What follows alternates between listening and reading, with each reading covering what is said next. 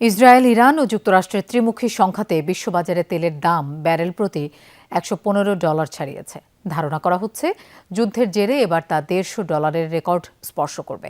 এই আঁচ সরাসরি এসে পড়ছে বিশ্ব অর্থনীতিতে। চীন ও জাপান বাদে তেলের দাম সমন্বয় করতে হতে পারে বেশিরভাগ দেশে। আধুনিকতায় পরিবেশ বান্ধব গ্রেট ওয়াল সেরামিক।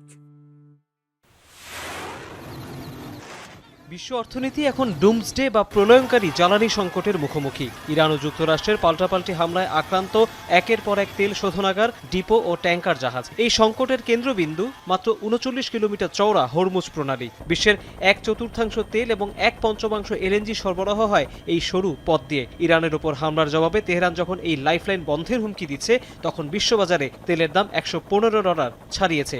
এই দাম কোথায় গিয়ে ঠেকবে এখনও স্পষ্ট না। ইরাক, সংযুক্ত আরব আমিরাত ও কুয়েতের মতো বড় উৎপাদক দেশগুলো উৎপাদন কমিয়ে দেয় জ্বালানি সরবরাহের চেইনটি আরও দুর্বল হয়ে পড়েছে। হরমুজ প্রণালী এড়িয়ে জাহাজগুলোকে উত্তম আশা অন্তরীপ দিয়ে দীর্ঘ পথ পাড়ি দিতে হচ্ছে, যা জাহাজ চলাচলের বীমা খরচ ও পণ্য পরিবহনের সময় বহুগুণ বাড়িয়ে দিয়েছে। The oil price reaction was relatively muted until last Friday. সত্যিই যখন যুদ্ধ শুরু হলো তখন তেলের দামে খুব বেশি প্রতিক্রিয়া দেখা যায়নি, অন্তত গত শুক্রবার পর্যন্ত। কিন্তু পরিস্থিতি বদলায় যখন কাতারের জ্বালানি মন্ত্রী প্রকাশ্যে জ্বালানি খাতের প্রভাবের মাত্রা ও বিস্তৃতি নিয়ে মন্তব্য করেন। তিনি মূলত ইঙ্গিত দেন যে পরিস্থিতি একটি জ্বালানি সংকটের রূপ নিতে পারে। জ্বালানি নিরাপত্তা নিয়ে এখন বিভিন্ন দেশে ভিন্ন পরিস্থিতি। যেমন যুক্তরাষ্ট্র ইউক্রেন যুদ্ধের সময় বিপুল পরিমাণ তেল বিক্রির ফলে কৌশলগত তেলের মজুদ বা এসপিআর বেশ নিম্ন পর্যায়ে রয়েছে। সুবিধাজনক অবস্থানে আছে জাপান, কারণ তাদের হাতে 6 মাসের বেশি কৌশলগত মজুদ রয়েছে।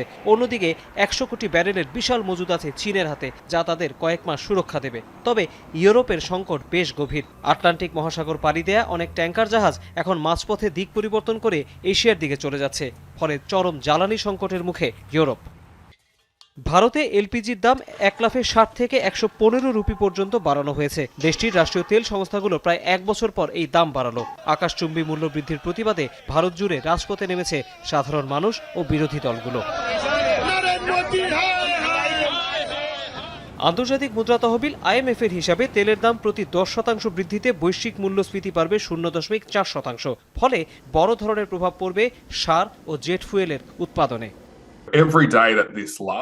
প্রতিদিন এই পরিস্থিতি চললে তেলের দাম ধীরে ধীরে বাড়ার সম্ভাবনা থাকবে। অবশ্য কিছু পরিস্থিতি দাম কমারও সম্ভাবনা দেখাতে পারে, যেমন যদি সংঘাত শিথিল হয় বা হরমুজ প্রণালী দিয়ে আবার কিছু সরবরাহ চালু হলে। পাশাপাশি যুক্তরাষ্ট্র ও ইউরোপের মিত্ররা নেভি এসকর্ট ও কনভয় ব্যবস্থা বসালে আপৎকালীন জাহাজ চলাচল করতে পারে।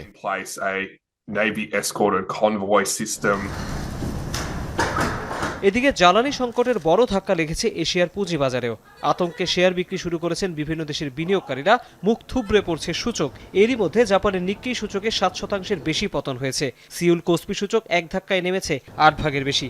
পরিস্থিতি নিয়ন্ত্রণে 20 মিনিটের জন্য সার্কিট ব্রেকার ব্যবহার করতে হয়েছে দক্ষিণ কোরিয়াকে। ইরানি বিপ্লব এবং আরব তেল অবরোধের সময় জ্বালানির দামে বড় ধাক্কা লেগেছিল। চলমান যুদ্ধ তেল গ্যাসের সরবরাহে বিশাল ব্যাঘাতের ইঙ্গিত দিচ্ছে, যা 2022 সালে ইউক্রেন যুদ্ধের সময় ইউরোপে রাশিয়া গ্যাস বন্ধ করার চেয়েও বড় হতে পারে। জ্বালানি সংকট ও চড়া দাম মোকাবেলায় এরই মধ্যে রাজধানী ম্যানিলাতে কর্মদিবস 4-এ নামিয়ে এনেছে ফিলিপাইন। তবে আওতার বাইরে থাকবে জরুরি সেবাসমূহ। তৌহিদ হোসেন, যমুনা নিউজ, ঢাকা।